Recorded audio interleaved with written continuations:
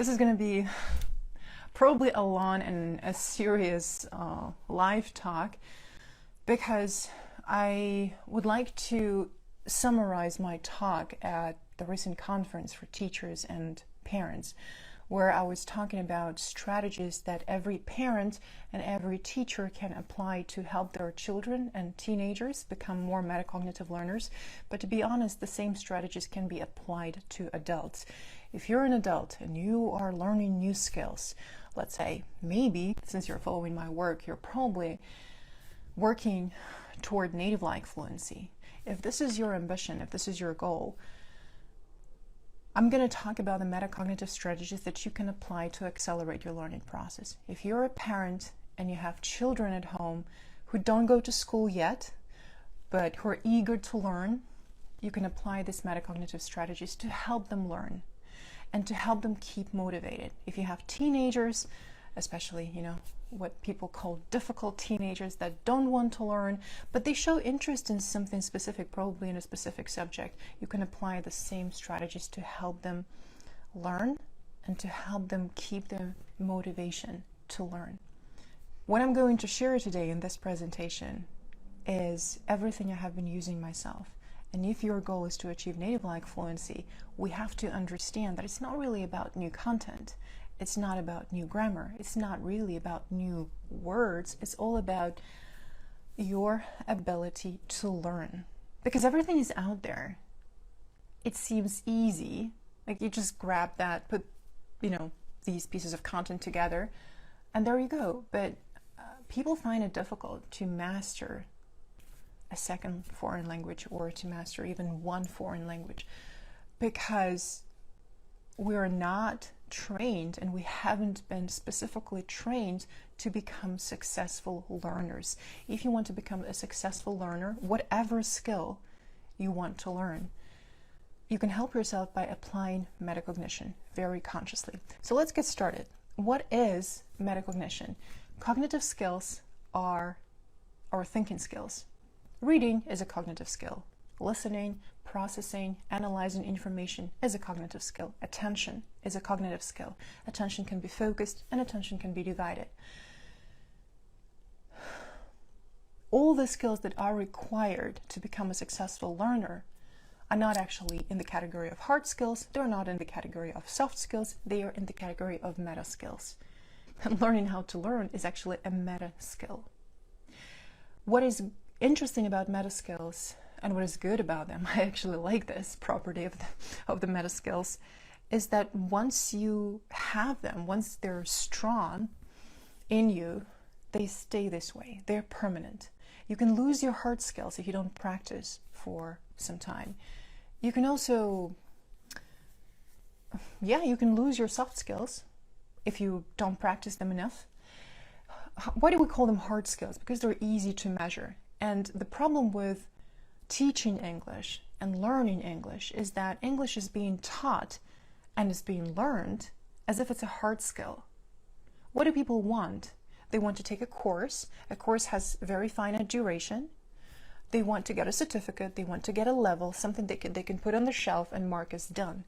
That is a hard skill. Let's say if you want to become an engineer, if you want to take a course on programming, whatever course you take that will give you a certificate as a reward and as a result of your training, it's a hard skill. Even languages. I was actually quite surprised when I did my research, and I was curious, in what category do professional recruiters and professional resume writers put language skills? And in what category do employers put language skills? And it was interesting to find out that language skills, let's say proficient English or basic German, are actually in the category of hard skills, because you can go to a language school, you can get a certificate, and for many jobs, that's more than enough. That's good for many jobs out there. What I teach is native-like fluency, which is feeling into the language, feeling into the people who speak this language, learning and being able to build and maintain nurturing relationships, meaningful relationships with people, it is impossible without understanding the context, without teaching yourself to understand the culture. Anybody who's interested in native-like fluency will understand that it makes no sense to stop learning. What makes sense instead, and what I've been doing myself, is to create practice routines that will get you somewhere where you want to be. And let's say if you're interested in building relationships with people who speak English, you can create a practice routine for yourself that can help you get there. If you want to practice presentation skills in English, if you want to learn to deliver your message, if you want to make sure you can receive the message correctly and communicate the message correctly, you can set up your practice routine in such a way that you teach yourself to communicate the ideas, not to communicate words. And that's basically the difference. When you can deliver meaning, when you can deliver ideas, when you can feel what other people mean to say, and most importantly, when you feeling means you understand the feelings and the emotions of other people, which requires a lot of self-awareness, because you cannot understand what other people might be potentially going through if you're not connected with yourself and your own experiences. So becoming fluent in the language of feeling and emotion in a second language is crucial.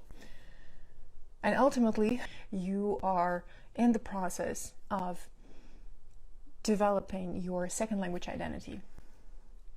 You will sound different, your intonations will sound different, you will choose different words, you will choose different idioms.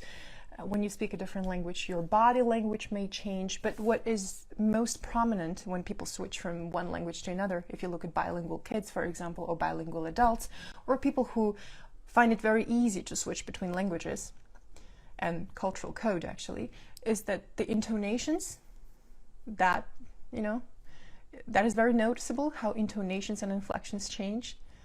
And sometimes they will want to use a metaphor or some imagery that belongs in a different language, and it actually doesn't make sense in this language. This is why reading fiction is so important. I can't stress it enough, and I think most people don't understand this, because they think it's just an exercise, it's just a reading exercise. But actually that's one of the important exercises to get to know the culture of the target language. Poetry, fiction, reading out loud. Because again, reading out loud is a very metacognitive exercise. It's a strategy to become a more metacognitive learner, because we only need to read out loud, whatever it is. Think about the situations when you had to read something out loud in your first language. You will only do this when you need to make sense of the information that you're seeing. When we read something in English out loud, and if English is a foreign language for us, we help ourselves make sense of this information. We become aware of how we sound, of what we say, of the meaning that these words convey. We reflect and analyze, because we start hearing, and when we start hearing what we're actually saying, we start thinking about it. We start analyzing the way we think about the language. If you read something out loud and it doesn't make sense to you, maybe you have just read something out loud, and then you think to yourself, oh, I need a minute to actually read it silently to myself one more time to understand what it is that I have just read. It means you need to practice reading out loud more often, and you probably need to take a moment to read something silently to yourself so that you know how to read it out loud. That's the biggest mistake that people make when they approach the reading out loud exercise. They want to do it fast. They want to do it quickly. They think, oh, I see a text, I can read it, no problem. It's like, what's here to practice? I already am advanced enough. But they start reading, and whatever they read doesn't make any sense. It means they haven't taken enough time to understand the message that they're about to deliver. And funny enough, this is how people speak as well. They hurry to articulate their thoughts, or they don't even take the time to articulate their thoughts. They just grab whatever thoughts are roaming through their head. They just catch the thoughts by the tail, and they glue them together, hoping for the best, hoping to create a good sentence. Native like fluency is something very, very different. It actually is all about developing your cognitive skills, cognitive abilities in a foreign language, which means you can think in a foreign language. So if you see dreams in English, let me just correct this a little bit. If you dream in English, and a lot of people say, oh, I see dreams in English, that's not really it. When you dream, anything is possible, and you're unconscious. But when you can do this in the real world, when you can do this consciously, that's a whole different story. So, let me walk you through my presentation. I delivered the same talk in the Russian language during the conference for parents and teachers, and the presentation is actually available for download. I posted it on my blog, but I feel that other people who don't speak Russian, they don't really understand what it is about, and even those people who do speak Russian, they also will not probably be able to make sense of this information if they just go through the slides. So, if cognition means thinking skills, metacognition means thinking about our own thinking. Basically, metacognition is awareness of your own mental processes. Do you know how you think? Do you ever pay attention to how you think? And in our case, do you pay attention to how you learn? Do you pay attention to how you think about learning?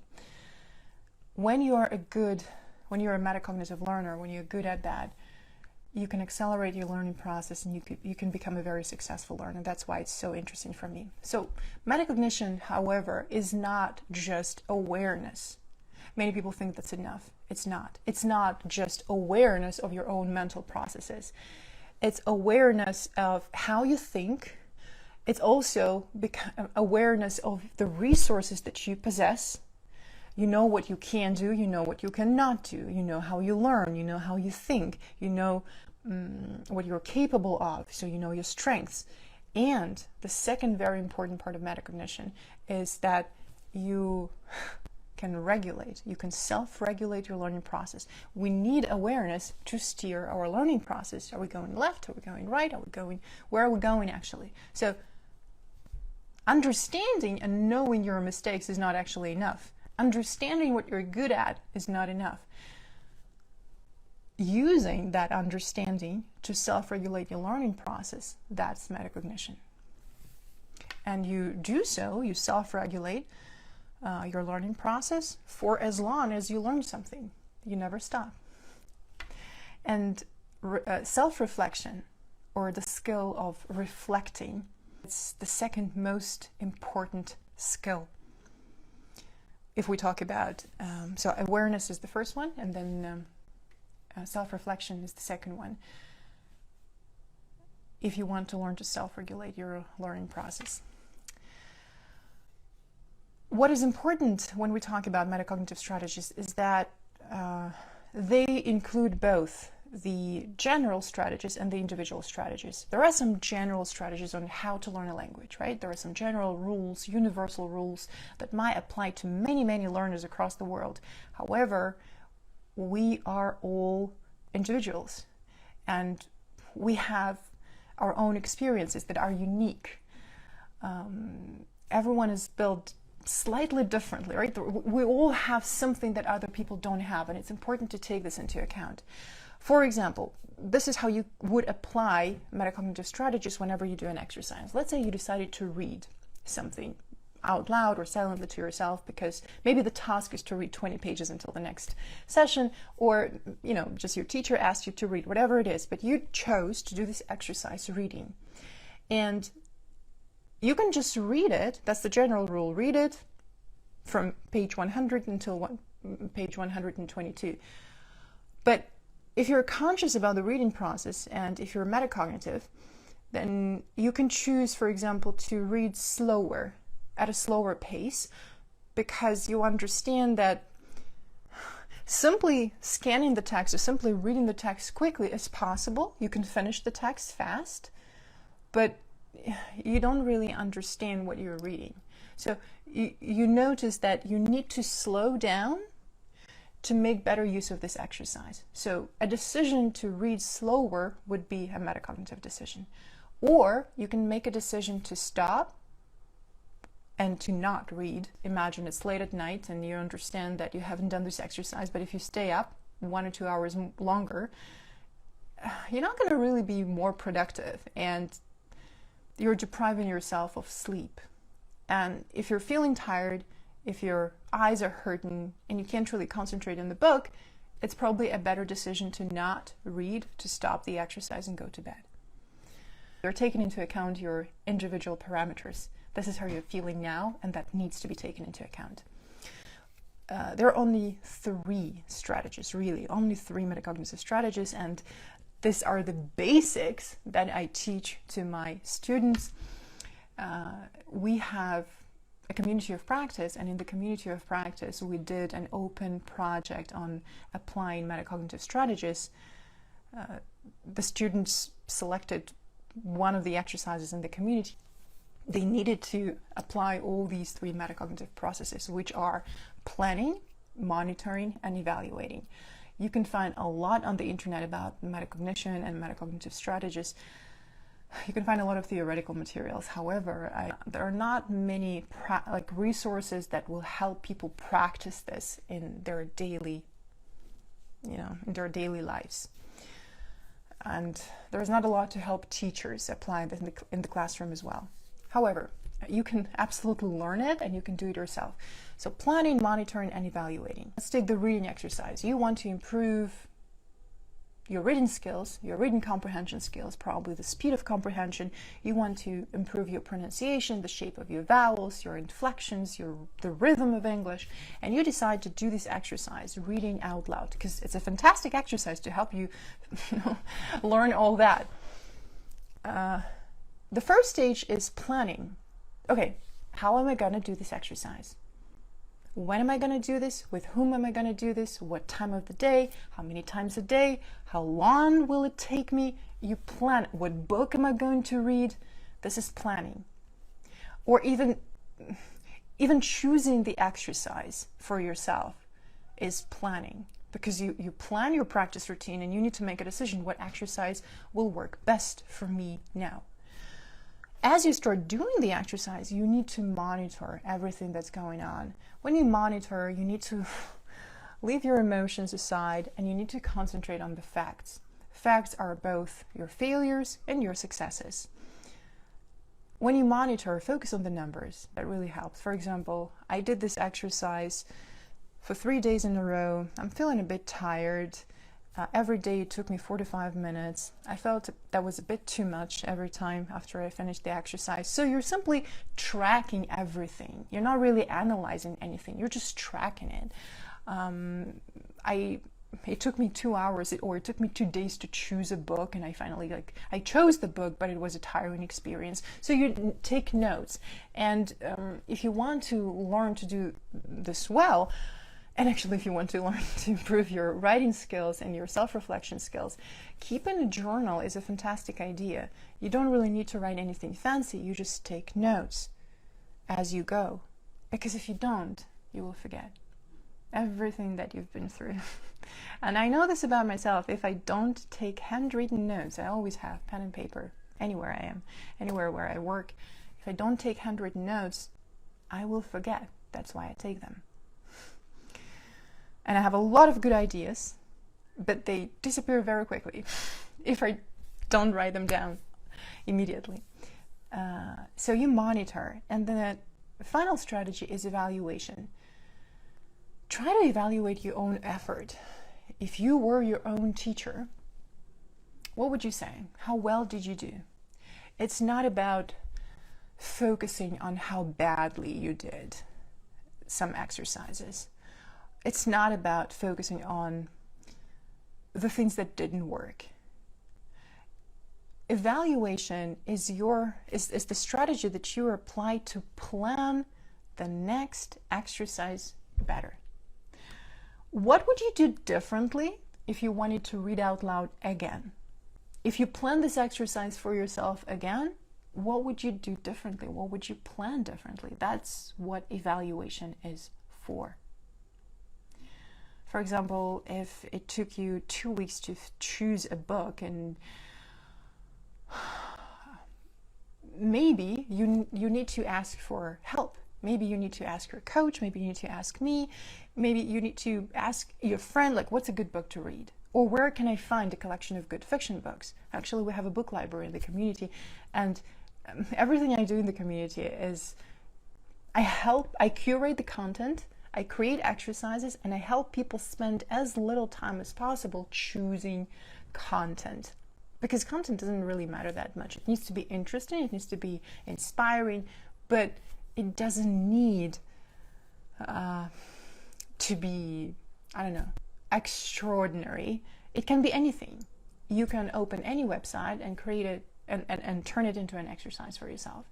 It needs to be interesting, of course, and content is important, so I choose whatever is interesting for me. You can absolutely change the content. What matters is how you work with the content and what you do with this. This is why the structure of work, the algorithms of work, the strategies, this is what I put a lot of effort in, and that is the value of the community, because I show you how I work with this content, how I do this exercise, and you can understand what how these strategies work and you can apply them when you do the exercise yourself. So now you know that there are only 3 metacognitive strategies that help us become more aware of our own learning process and our own mental processes. And the problem today in the society is that a teacher does all these 3 things. Unfortunately, a teacher plans the exercise for you, monitors your work, and then decides how well you did. And a student is left no chance, like there is no chance for a student to understand why this was a mistake, to understand how they can correct it, to understand how they can choose an exercise for themselves and what is actually good for them. This has become the role of the teacher in today's society or in today's school system. A teacher plans the exercise, they tell you what to do, they correct everything for you, and they tell you what to do next. And they also grade you. Oh, you got an A or you got an F. I cannot remember even one situation at school where I could actually self-correct my writing. Every time I received my paper back, it was the teacher left her marks everywhere, and I knew that that was not the best grade, but that was it. I didn't know what to do with this, because tomorrow we were supposed to learn something new. That is how the teacher evaluated my performance today. But have I learned anything? Probably not, because at school, students, kids, I don't know, even young adults, they never go back to their own mistakes. They never go back to the topic that they have already learned. Tomorrow we're doing something new. We're writing a new essay. But you have to understand what you did incorrectly in this essay so that you can write the next essay a lot better. So my message is that we need to give this role back to the student. A student needs to learn how to plan, monitor, and evaluate their learning process. For me, native-like fluency means that you need to teach yourself to create. That's the ultimate, a very ambitious goal. Not to memorize, not to understand, not to read, but to create. If you can create exercises for yourself, if you can create practice routine for yourself, you become totally independent, and you become unstoppable, because nothing gets in your way. You can continue learning even if there are no textbooks, even if you can't afford a teacher right now, a private teacher right now, a private tutor, I mean, even, I don't know, whatever, even if you don't have internet access right now, you can continue learning because you have cultivated your ability to create. But that is a long path. It takes a long time to get there. On average, about 2 years of consistent work, which is not too long, to be honest. But for many students, when they hear this, it's like, wow, that's so long. How can you help your children, if you have children, or how can you help yourself become metacognitive learners and apply these strategies? Metacognition can never be taught separately. It's not an add-on subject that you can teach at school. It's not like, okay, let's schedule another class where I'm going to explain what metacognition is. It doesn't work. If you want to teach metacognition, you need to show it. You need to actually show how you do it. You need to be the role model for your child, and you need to help your child apply those strategies directly in the situation they're in. That's very important. Metacognition is always task specific. That's how you can teach it. So once your kid finds themselves in a situation where they need to learn something or find a solution, start applying the strategies. Okay, how are we going to do this? It can be as simple as planning the route home. For example, if you go to school following the same route every day, and then let's say something happens, maybe a tree fell and the road is now blocked and you can't drive or you can't walk there. Whatever happened, you need to find a new way to get to school. That's an exercise in and of itself for a child. Start talking to a child about this out loud. Okay, what can we do? How will we plan the way to school? And pay attention to everything that's going on as you actually walk the path that you have chosen for yourself. Pay attention to everything, and it's important to say everything out loud, both for kids and for adults. And then evaluate. Was this path that you have chosen faster, better, longer, more difficult, less difficult? Did you make a good decision? That's just a simple example. And by doing so, you will teach the child the importance of self-reflection and the importance of making decisions. Any life situation is an exercise, can be treated as an exercise where you can apply these 3 strategies. A very important thing that I have already said actually, but I want to repeat it intentionally, is that you have to say everything out loud, especially for little kids. It's very important. This is how they develop their thinking skills. This is how they develop their ability to express themselves. This is how speech develops in little children. They have to say everything out loud. They're thinking out loud about everything they're doing. Let's say if they're building a Lego house, they will comment on everything that they're doing. I'm moving this block here, now I'm doing this. You will see that they need to do it when they're learning something new. And once they have done it enough times, they don't need to say everything out loud anymore. They can do this silently, but they will still probably comment on most of the processes that they're doing. And I have noticed this in adults too. When they're playing with a new idea, they need to say it out loud. They sound a bit crazy, like they're talking to themselves, but this mechanism is inherent, and it's actually helping ourselves make sense of our own thoughts and our own ideas. We have to say this out loud. What happens today in schools, and it actually starts at school, is that, and especially now when so many things are online, kids don't get to talk enough. And we're not cultivating this habit and this norm of saying things out loud. It should become normal. It should be normal to think out loud and to know that it's safe to be thinking out loud, because this is how you're making sense of this world. Because this is how you're making sense of this new experience, because this is how you're planning your exercise, because it's new for you and you're learning. Especially with children, say everything out loud. There are no stupid ideas. There are no stupid thoughts. Don't judge them. Don't blame them. Let them speak and show to them that this is normal. However stupid the ideas or however unworkable the ideas may sound to you, let the child speak and allow this to yourself too. This is why actually I like the creative writing sprints and writing exercises, because again, writing things down helps me make sense of my experiences. If I'm thinking about a question, any question. If I need to find the answer to this question, I will start writing. But it's also possible that I can find the answer soon if I have someone to talk to. That's a very, very important thing here. And it's important to teach children to reflect on what they're saying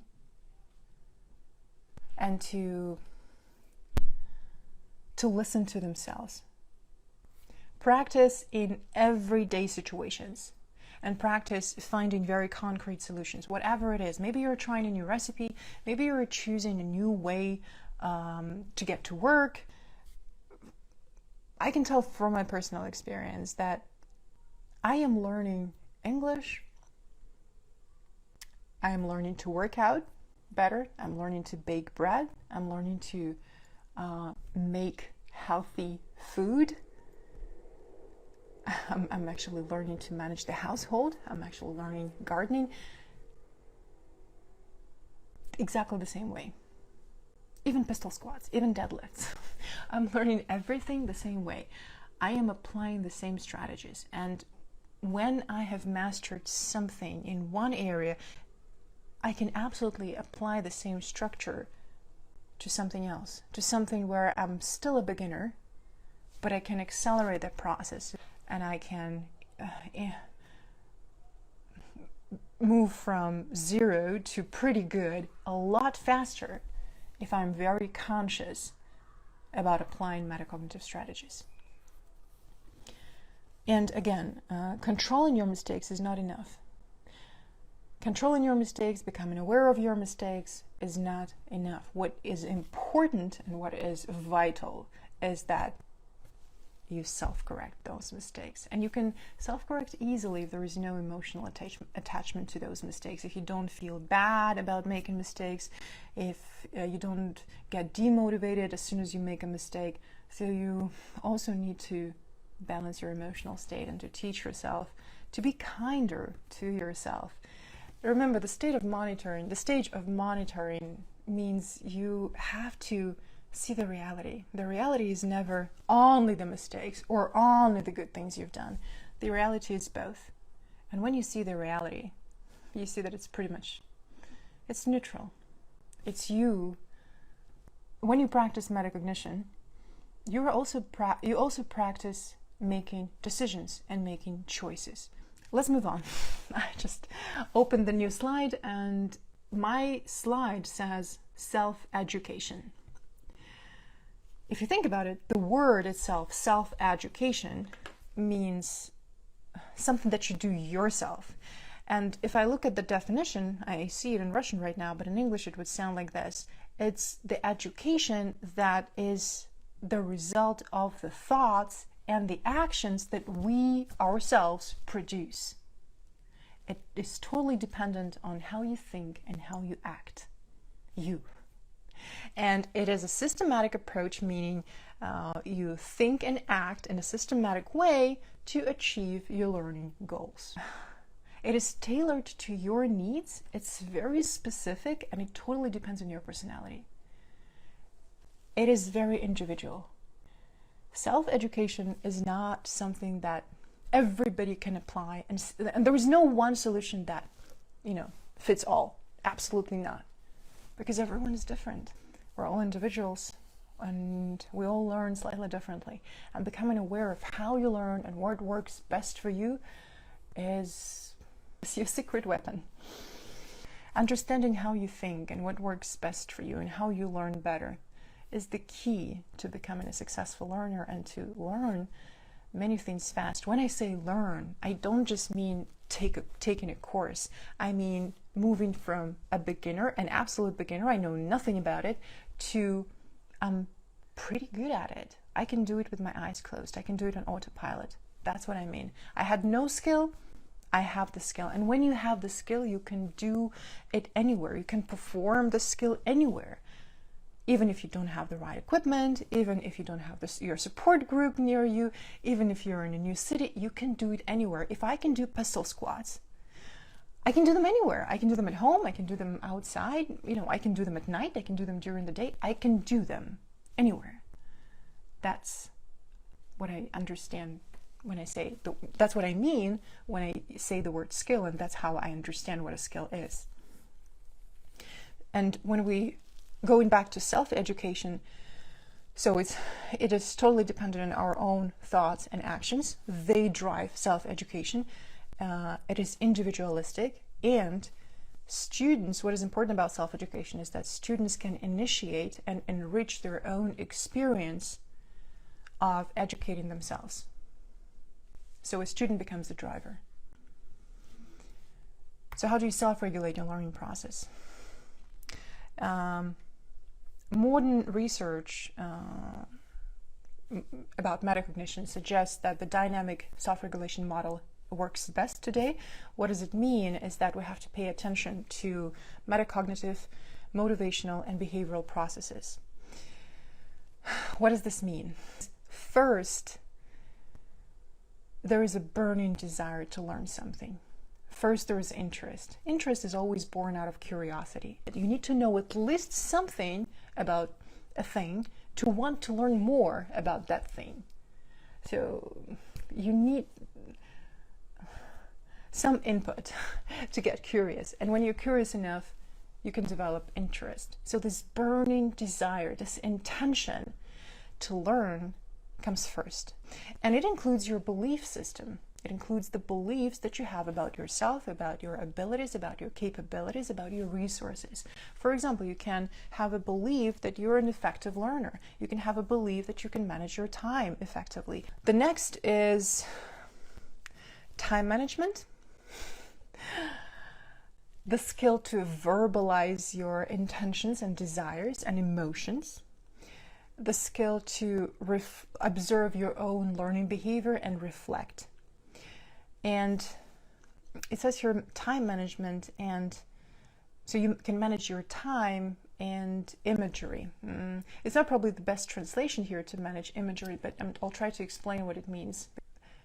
When you read a book, you probably visualize the characters, you probably see the setting, you probably imagine what people look like, and you see everything that's going on. You see the story when you silently read the book. So being able to control that imagery, to make sense of it, to understand it, and to verbalize it, that's what we're talking about here. So time management, the skill to verbalize your intentions and your experiences, and self-reflection, which is based on self-observation, observing your own learning process. Going back to plan, monitor, evaluate. And the third step here is making conclusions about your own personality, about your self-esteem, about your learning behaviors, and self-correction. So when you make conclusions, it's not enough. It's not enough to say, oh, I never have time. I'm just so bad at it. I've learned present perfect for 10 years and I still don't understand it. This is not enough. What we're talking about here is you understand that this strategy doesn't work for you. You've been doing it for 10 years, or you've spent 3 months looking at this rule, trying the exercises, and you still don't get it. It means you need to change the strategy. Or let's say if you practice your writing skills, if you want to improve your writing skills, writing a new text every day doesn't really help much if you make the same mistakes in every new text. You need to analyze your text and self-correct so that you actually improve your writing skills. And this is why it includes awareness, self-regulation, motivation, and behavior. Motivation is this burning desire. Behavior, the most important part here, is self-correction. When you're driven to improve something, when you're driven by the idea to improve something or to learn something, you actually accept the idea that self-correction is necessary. There are a lot of effective and not very effective strategies to self-regulate your learning process. And what is funny, if we look at what research says, what I find interesting is that successful application of these strategies implies that or the students who are successful at applying these strategies are those students who respect themselves. I'm actually reading this, right? This is what the research says. The students who respect themselves and who know themselves, who are aware of their own processes before, who know this before they start setting goals and they start choosing their learning strategies. So cultivating that self-respect, cultivating self-awareness and self-reflection is important before you want to learn something. Because if your faith in yourself as an individual and as a successful learner is very shaky, whatever you set out to learn, you'll probably fail. You will get tired very soon after you get started. You will get discouraged by corrective feedback. You will feel bored, and you will not know what to do because you don't even know what it is that you can do and what resources you possess. This is why if you're a parent, if you're a teacher, whatever you say to students in class or outside of a classroom, help them cultivate that self-respect and healthy self-esteem. When you respect yourself, you respect the time that you spend doing something, you respect the resources that you have, you respect the weaknesses and the strengths that you have. Those students who can successfully apply these strategies have that self-respect. This is what the research says and the studies have proven. Now, the next part is about students who are not successful. There are always students who are behind other students. There are always students who just don't get it. The research says that, and my practical experience confirms that, people who are unsuccessful when it comes to applying these strategies are those people who have a distorted vision of themselves. They cannot adequately evaluate their competences, and usually they think better of themselves than they really are. They think that they're competent when they're not. To give you a very simple example, when a person has done many language courses and they have moved all the way from elementary to, let's say, C1, they think that they know all the grammar, they've done it. And they feel like it's a crazy, stupid, silly idea to learn articles again. Because that's what elementary students are supposed to learn, not me. And they don't even notice that they make mistakes in articles in every sentence. They don't want to see it. So students who are unsuccessful here are those students who set unrealistic goals, who don't understand how much time it actually takes them to choose an exercise, to complete an exercise, to perform something. They don't understand their own processes. This is why they set goals that are impossible to achieve. They overestimate their ability to achieve that goal in a very short period of time. When they need to achieve a goal, they use the methods that are not strategic because they have never practiced applying strategies in a systematic way. They don't know what strategies exist. And of course, they get disappointed when they choose the wrong strategy and they don't get the results. Then when they do self-reflection and self-monitoring, they use the metrics that are not very accurate. They use the metrics that are not very helpful. So they don't even understand how to measure, what to measure, and what metric system we're using. And they don't want to see certain numbers. Let's say if they think about themselves that writing a text in English should take them 15 minutes, they don't want to see that in reality it is, it takes them 2 hours, and even 2 hours later the text looks ugly and it needs more work. They just refuse to see that. And of course, they make other people responsible for their failures. I didn't have the time, the instructions were not very clear, so they don't ask for help when they need help. They don't plan anything, they don't monitor, they don't evaluate, they think it's other people's job. And,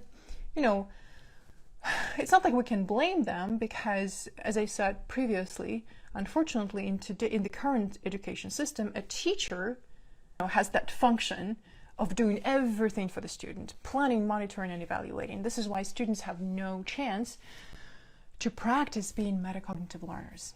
If you want to become a successful learner, you need to be around those people who are also practicing what you want to practice.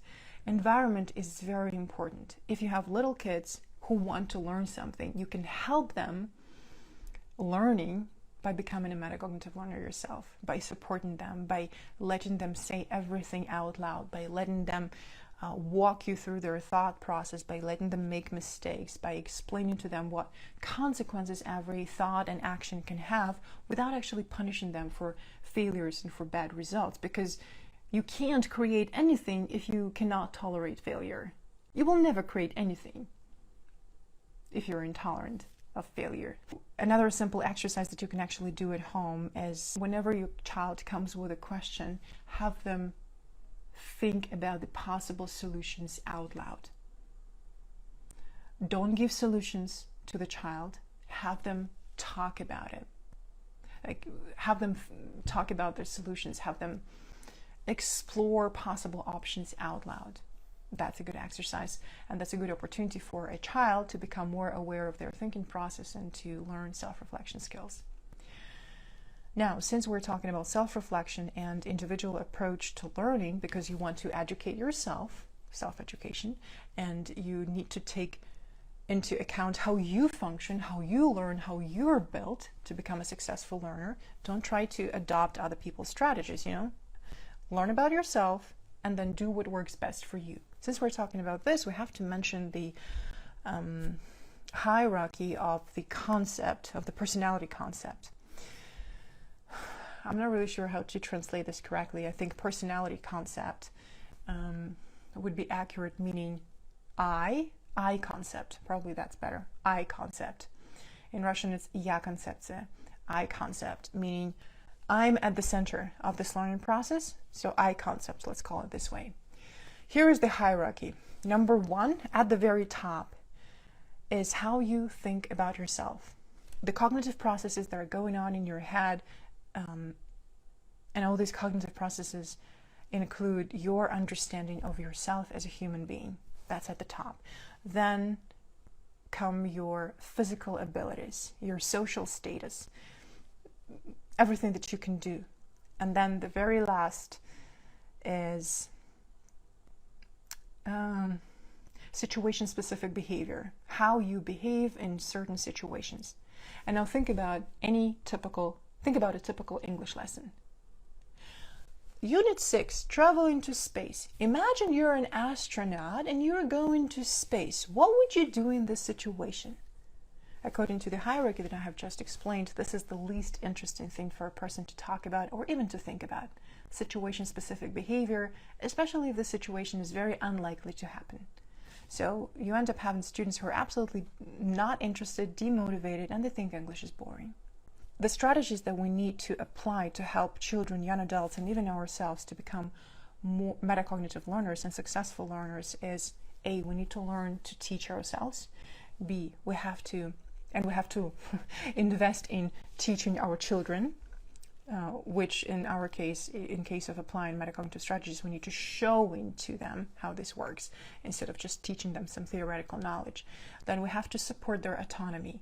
This is what I do every day in my work. I teach students all the exercises that exist out there and all the exercises that I've been using myself for years. I help them do these exercises independently so that one day they don't need me to do the same exercises. I support their autonomy. You support their autonomy. And number 3 is you help them make this experience sustainable. So when they learn something new about the skill, when they learn a skill, they are developing new behavioral norms. Because if you want to learn to eat differently, your behavior is going to change, right? If you learn to work out consistently, your behavior is going to change. If you want to become fluent in the English language, your learning behavior is going to change. Whatever you learn, you're changing your behavior because you're becoming a different person. This is why I concept is in the center. So, and it's very important to develop a system to consistently support those new behavioral norms. And nothing works better than genuine, sincere human communication. You have to understand that learning strategies are not just exercises that you want to do in a given day. Learning strategies include your thoughts, your actions, your beliefs, and your emotions. Thoughts, actions, beliefs, and emotions that make it easier for you to acquire, understand, apply, and pass on new knowledge in different contexts. Remember, I was talking about in different domains, actually, and contexts too. I was talking about how I apply the same strategies that I apply to learning to work out better and consistently to baking bread. Kind of two different skills, but I apply the same strategies. So when you become a metacognitive learner, you understand what thoughts, what actions, what beliefs, and what emotions you need to cultivate so that you can help yourself acquire knowledge, understand the information, apply it successfully in your life on a daily basis, and the last very important step, you can pass it on to you can teach your child, you can teach your colleagues, you can teach anybody who asks you, like, how are you doing this? Like, why are you so good at this? What is it that you're doing? You can actually pass this knowledge. You can teach other people, and you can show them how they can learn the same in absolutely different contexts, in absolutely different domains. Here are a few exercises that you can do with your child or that you can do yourself. The exercises that I'm going to mention right now will help you develop meta skills that are at the center of our personality. They absolutely help us to learn, and remember, they're permanent. And they will help you become metacognitive learners and apply those metacognitive strategies consciously. Number one, reading out loud. I can't talk enough about it. When you read out loud, you make sense of the information, you reflect, because you need to listen to yourself, and you need to immediately check if you're reading the word correctly, if what you're reading makes sense, if you can help other people see what's going on. Because when you read a book silently, you can see this world inside a book. So you need to do the same job. When you read out loud to other people, your audience, your listeners need to see that world that you're showing to them with your voice. And your intonations, of course, and a lot of other things. Reading out loud, taking notes. It's incredible that so many adults are absolutely incapable of taking notes in a foreign language and even in their first language. But this is what, unfortunately, we're not taught at school, how to take notes in a foreign language, because that is how you develop your thinking skills. You have to think, you have to write. Like, a lot of thinking goes into taking notes. You have to hear the information, understand it, process it, write it down, prioritize what is actually important, what is worth writing down, and then make sense of whatever you've written down, right? And actually, you need to have the time to both listen and write down. It's a fantastic skill. If you teach yourself to take notes, open any lecture on YouTube and take notes. And see how well you're doing. So taking notes, that's something I recommend you do on a regular basis, consistently.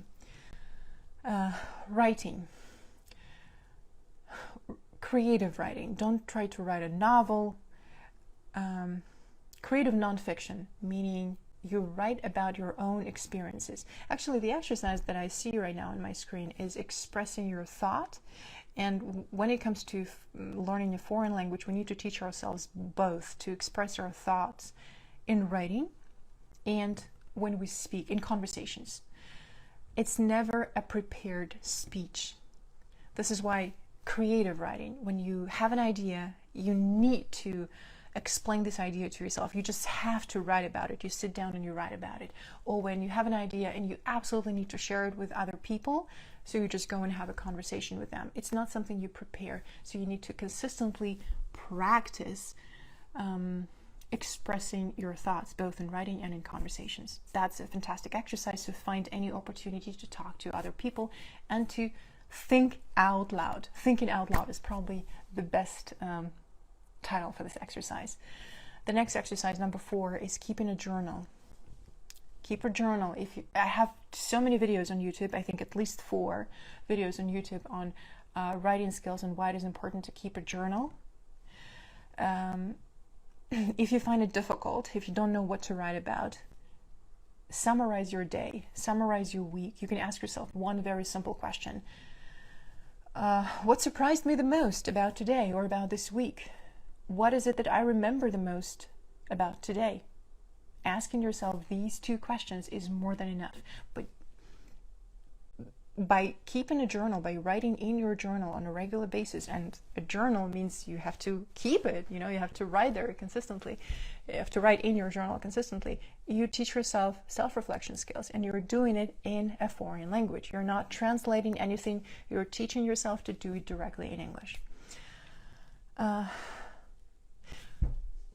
Everyday tasks. So find solutions to everyday problems in English.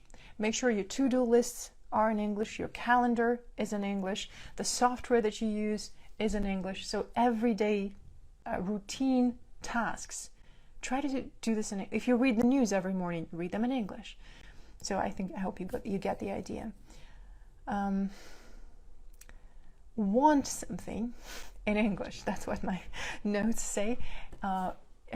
Express what it is that you want in the English language. Write down your wish list. Write down your bucket list.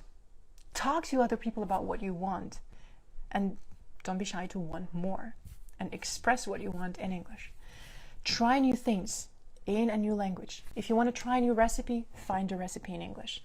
If you want to learn how to ride a bike, watch a tutorial in English. If you need to understand how to use software, watch a tutorial in the English language. If you want to learn something new, try to learn it in a foreign language.